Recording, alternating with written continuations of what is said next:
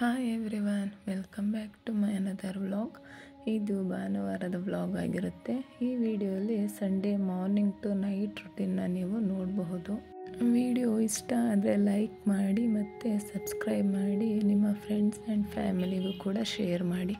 ನೀವು ಸಬ್ಸ್ಕ್ರೈಬ್ ಮಾಡೋದ್ರಿಂದ ನಾನು ಹಾಕೋ ಎಲ್ಲ ವೀಡಿಯೋಸ್ನ ನೀವು ನೋಡಬಹುದು. ನಮ್ಮ ಮನೆ ದೇವ್ರ ವಾರ ಭಾನುವಾರ, ಹಾಗಾಗಿ ಇವತ್ತು ದೇವ್ರ ಮನೆ ಕ್ಲೀನ್ ಮಾಡ್ಕೊಳ್ಳೋದಿತ್ತು. ಅದಕ್ಕೆ ಬೇಗ ಎದ್ದು ಮನೆ ಕ್ಲೀನ್ ಮಾಡಿ ಬಾಗಿಲಿಗೆ ರಂಗೋಲಿ ಹಾಕಿ ದೇವ್ರ ಮನೆ ಪೂಜೆ ಸಾಮಾನುಗಳನ್ನ ತೊಳೆದು ರೆಡಿ ಮಾಡಿಕೊಂಡೆ. ನಂತರ ದೇವ್ರ ಫೋಟೋ ಎಲ್ಲ ಒರೆಸಿ ಕುಂಕುಮ ಇಟ್ಕೊಂಡು ಹೂವು ಎಲ್ಲ ಹಾಕಿ ದೇವ್ರ ಮನೆ ರೆಡಿ ಮಾಡಿಕೊಂಡೆ. ಅಷ್ಟರಲ್ಲಿ ಎಲ್ಲರೂ ಎದ್ದು ಅವರು ಕೂಡ ಸ್ನಾನ ಮುಗಿಸಿ ರೆಡಿ ಇದ್ದರು. ಆಮೇಲೆ ಎಲ್ಲರೂ ಸೇರಿ ಪೂಜೆ ಮಾಡಿ ಮುಗಿಸಿದ್ವಿ. ಪೂಜೆ ಎಲ್ಲ ಮಾಡಿ ಮುಗಿಸಿದ ಮೇಲೆ ದೇವಸ್ಥಾನಕ್ಕೆ ಹೋಗೋದಿತ್ತು. ಅಲ್ಲಿಗೂ ಕೂಡ ಹೋಗಿದ್ವಿ. ಯಾಕಂದರೆ ನಾವು ನಮ್ಮ ಜೀವನದಲ್ಲಿ ಯಾವುದೇ ಒಂದು ಒಳ್ಳೆಯ ಕೆಲಸ ಆಗ್ತಿದೆ ಅಂದಾಗ ಯಾವುದಾದ್ರೂ ದೇವಸ್ಥಾನಕ್ಕೆ ಹೋಗಿ ಬರ್ತೀವಿ. ಯಾವುದೇ ತೊಂದರೆಗಳು ಇಲ್ಲದೆ ಒಳ್ಳೆಯ ರೀತಿಯಲ್ಲಿ ನಾವು ಅಂದ್ಕೊಂಡಿರೋದು ಆಗಲಿ ಅಂತ ಹೋಗಿ ದೇವರನ್ನು ಬೇಡ್ಕೊಂಡು ಬರ್ತೀವಿ. ಹಾಗೆ ನಾವೇನು ಅಂದ್ಕೊಂಡಿದ್ದೀವಿ ಅಂತ ನೀವು ತಿಳ್ಕೊಬೇಕಂದ್ರೆ ವಿಡಿಯೋನ ಎಲ್ಲೂ ಕೂಡ ಸ್ಕಿಪ್ ಮಾಡದೆ ಕೊನೆವರೆಗೂ ನೋಡಿ ತಿಳಿಸಿದ್ದೀನಿ. ನಾವೆಲ್ಲ ಪೂಜೆ ಮಾಡಿದ ಮೇಲೆ ನನ್ನ ಮಗಳು ಕೂಡ ಪೂಜೆ ಮಾಡ್ತಾಯಿದ್ಲು.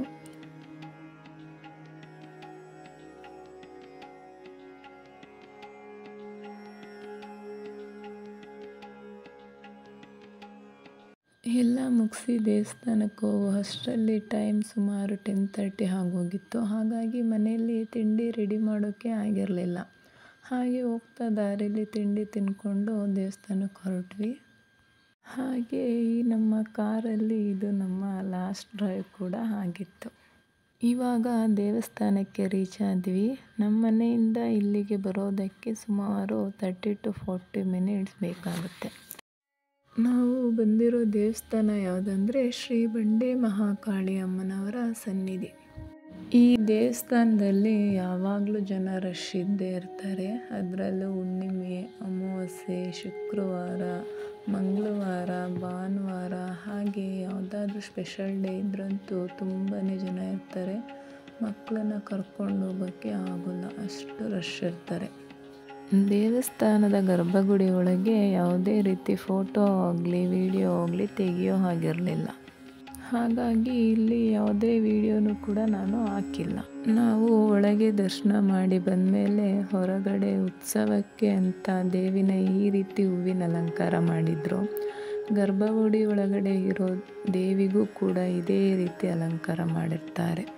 ಹಾಗೆ ಈ ದೇವಸ್ಥಾನದಲ್ಲಿ ಕೊಡೋ ಪ್ರಸಾದ ತುಂಬಾ ಚೆನ್ನಾಗಿರುತ್ತೆ. ಈಗ ದೇವಸ್ಥಾನದಿಂದ ಹೊರಟ್ವಿ. ಇಲ್ಲಿಂದ ಮನೆಗೆ ಬರೋ ಅಷ್ಟರಲ್ಲಿ ಸುಮಾರು 3 ಗಂಟೆ ಆಗಿತ್ತು. ಮನೆಗೆ ಬಂದಮೇಲೆ ಸ್ವಲ್ಪ ಹೊತ್ತು ರೆಸ್ಟ್ ಮಾಡಿ ಈಗ ರಾತ್ರಿ ಅಡುಗೆ ಮಾಡೋಕ್ಕೆ ಅಂತ ರೆಡಿ ಮಾಡ್ಕೊಳ್ತಾ ಇದ್ದೀನಿ. ಇವತ್ತು ಸಂಡೇ ಆಗಿರೋದ್ರಿಂದ ಸಂಡೇ ಸ್ಪೆಷಲ್ ಬಿರಿಯಾನಿ ಮತ್ತು ಕಬಾಬ್ ಮಾಡ್ತಿದ್ದೀನಿ.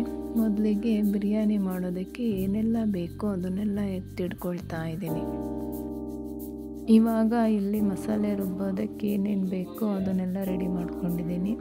5 ರಿಂದ 6 ಹಸಿಮೆಣಸಿನ್ಕಾಯಿ, 1/4 ಸ್ಪೂನಷ್ಟು ಮೆಣಸು, 2 ಏಲಕ್ಕಿ, 5 ರಿಂದ 6 ಲವಂಗ, 2 ಪೀಸಷ್ಟು ಚಕ್ಕೆ, 1 ಹಿಡಿ ಬೆಳ್ಳುಳ್ಳಿ, 2 ಇಂಚಷ್ಟು ಶುಂಠಿ ಇಷ್ಟನ್ನು ಹಾಕಿ ಜೊತೆಗೆ 1 ಹಿಡಿ ಪುದೀನ ಸೊಪ್ಪು, 1 ಹಿಡಿ ಕೊತ್ತಂಬರಿ ಸೊಪ್ಪು ಇಷ್ಟನ್ನು ಹಾಕಿ ಸಣ್ಣದಾಗಿ ಪೇಸ್ಟ್ ಮಾಡ್ಕೊಳ್ತೀನಿ.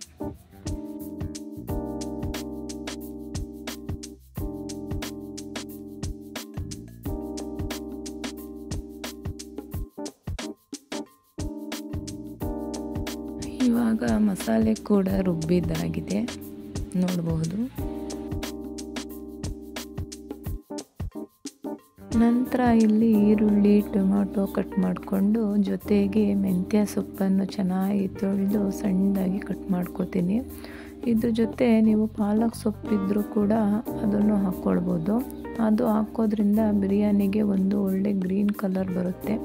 ಹಾಗೆ ರುಚಿ ಇನ್ನಷ್ಟು ಹೆಚ್ಚಾಗುತ್ತೆ.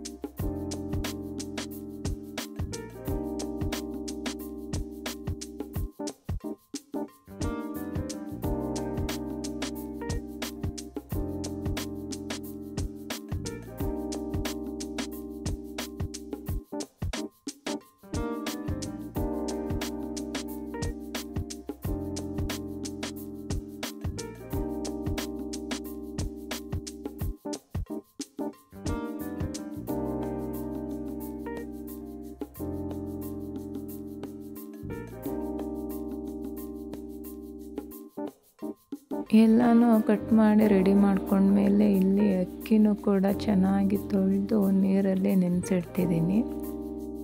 ಬನ್ನಿ ಇವಾಗ ಸಿಂಪಲ್ ಆಗಿರೋ ತುಂಬಾ ರುಚಿ ಇರೋ ಹಾಗೆ ಬೇಗನೆ ಆಗೋ ಬಿರಿಯಾನಿ ರೆಡಿ ಮಾಡೋಣ. ಮೊದಲಿಗೆ ಸ್ಟವ್ ಮೇಲೆ ಒಂದು ಕುಕ್ಕರ್ ಇಟ್ಟು ಬಿರಿಯಾನಿಗೆ ಬೇಕಾದಷ್ಟು ಎಣ್ಣೆ ಹಾಕಿ ಜೊತೆಗೆ 2 ಸ್ಪೂನ್ ತುಪ್ಪ ಹಾಕ್ಕೊಳ್ತಾ ಇದ್ದೀನಿ.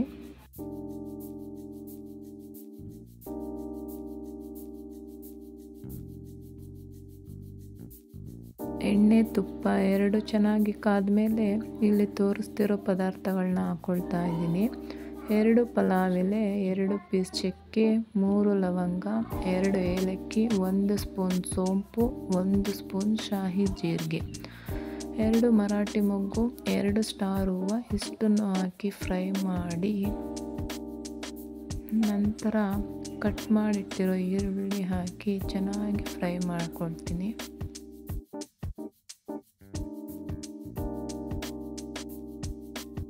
ಈರುಳ್ಳಿ ಚೆನ್ನಾಗಿ ಫ್ರೈ ಆದಮೇಲೆ ಕಟ್ ಮಾಡಿಟ್ಟಿರೋ ಟೊಮೊಟೊ ಹಾಕಿ ಟೊಮೊಟೊ ಸಾಫ್ಟ್ ಆಗೋವರೆಗೂ ಚೆನ್ನಾಗಿ ಫ್ರೈ ಮಾಡ್ಕೊಳ್ತೀನಿ. ನಂತರ ಇಲ್ಲಿ ಮೆಂತ್ಯ ಸೊಪ್ಪನ್ನು ಹಾಕಿ ಮೆಂತ್ಯ ಸೊಪ್ಪಿಂದ ಕಹಿ ರುಚಿ ಹೋಗೋವರೆಗೂ ಚೆನ್ನಾಗಿ ಫ್ರೈ ಮಾಡ್ಕೊಳ್ತಾ ಇದ್ದೀನಿ.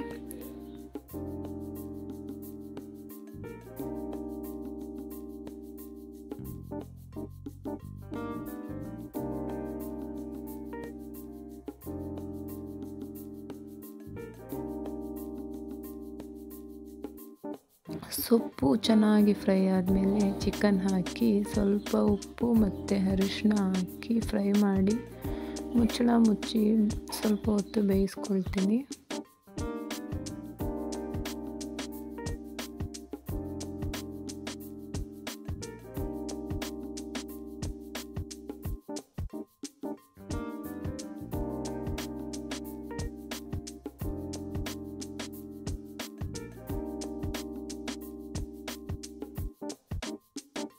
ಚಿಕನ್ ಸ್ವಲ್ಪ ಸಾಫ್ಟ್ ಆದಮೇಲೆ ರುಬ್ಬಿರೋ ಮಸಾಲೆ ಹಾಕಿ ಅದರದ್ದು ಹಸಿ ವಾಸನೆ ಹೋಗೋವರೆಗೂ ಫ್ರೈ ಮಾಡ್ಕೊಳ್ತೀನಿ.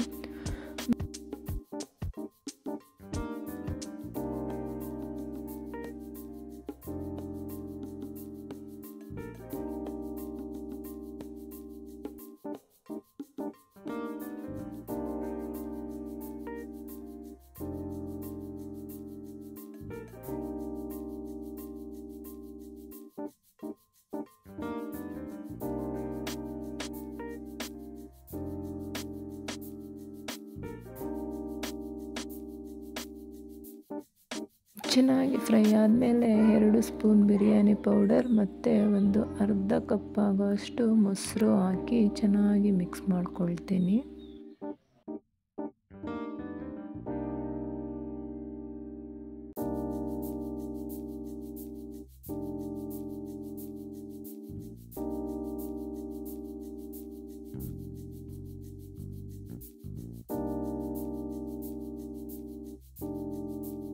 ನಂತರ ನೆನೆಸಿರೋ ಅಕ್ಕಿ ಹಾಕಿ 2ರಷ್ಟು ಬಿಸಿ ನೀರು ಹಾಕಿ ಮಿಕ್ಸ್ ಮಾಡ್ಕೊಳ್ತೀನಿ.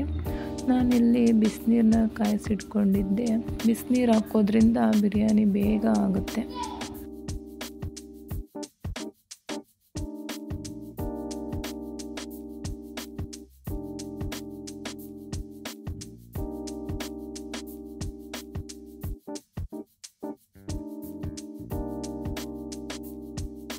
ನೀರು ಹಾಕಿ ಮಿಕ್ಸ್ ಮಾಡ್ಕೊಂಡಿದ್ದ ನಂತರ ರುಚಿಗೆ ತಕ್ಕಷ್ಟು ಉಪ್ಪು ಮತ್ತು ಒಂದು ಅರ್ಧದಷ್ಟು ನಿಂಬೆ ರಸ ಹಾಕಿ ಚೆನ್ನಾಗಿ ಮಿಕ್ಸ್ ಮಾಡ್ಕೊಳ್ತೀನಿ.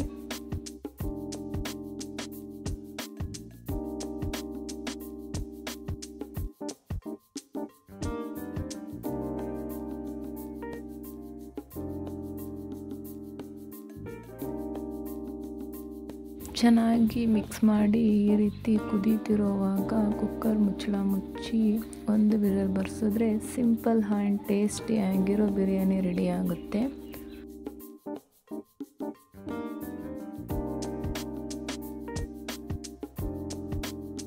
ಹಾಗೆ ಇಲ್ಲಿ ಪಾಪುಗೆ ಅಂತ ಮೊಟ್ಟೆ ಬೇಯಿಸ್ಕೊಳ್ತಾ ಇದ್ದೀನಿ. ಬಿರಿಯಾನಿ ಮಾಡ್ತಾನೆ ಇಲ್ಲಿ ಕಬಾಬು ಕೂಡ ಮಿಕ್ಸ್ ಮಾಡಿ ರೆಡಿ ಮಾಡಿಟ್ಟಿದ್ದೆ. ಮನೆಯಲ್ಲಿ ಏನಾದರೂ ಸ್ಪೆಷಲ್ ಡಿಶ್ ಮಾಡ್ತಾ ಇದ್ದೀವಿ ಅಂದರೆ ನಮ್ಮ ಕಿಚನ್ ಈ ರೀತಿ ಆಗಿರುತ್ತೆ.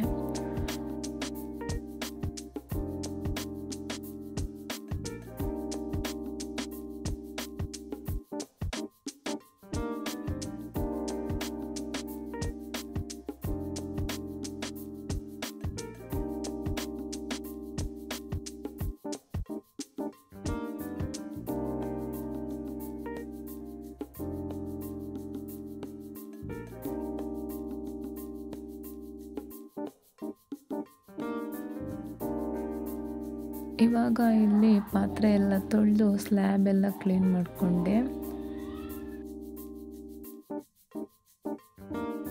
ಇಲ್ಲಿ ಕಬಾಬ್ ಫ್ರೈ ಮಾಡ್ಕೊಳ್ಳೋದಕ್ಕೆ ಬಾಣಲೆಗೆ ಎಣ್ಣೆ ಹಾಕಿ ಕಾಯಿಸ್ಕೊಂಡು ಕಾದ ನಂತರ ಚಿಕನ್ ಎಲ್ಲನೂ ಹಾಕಿ ಫ್ರೈ ಮಾಡ್ಕೊಳ್ತಾ ಇದ್ದೀನಿ.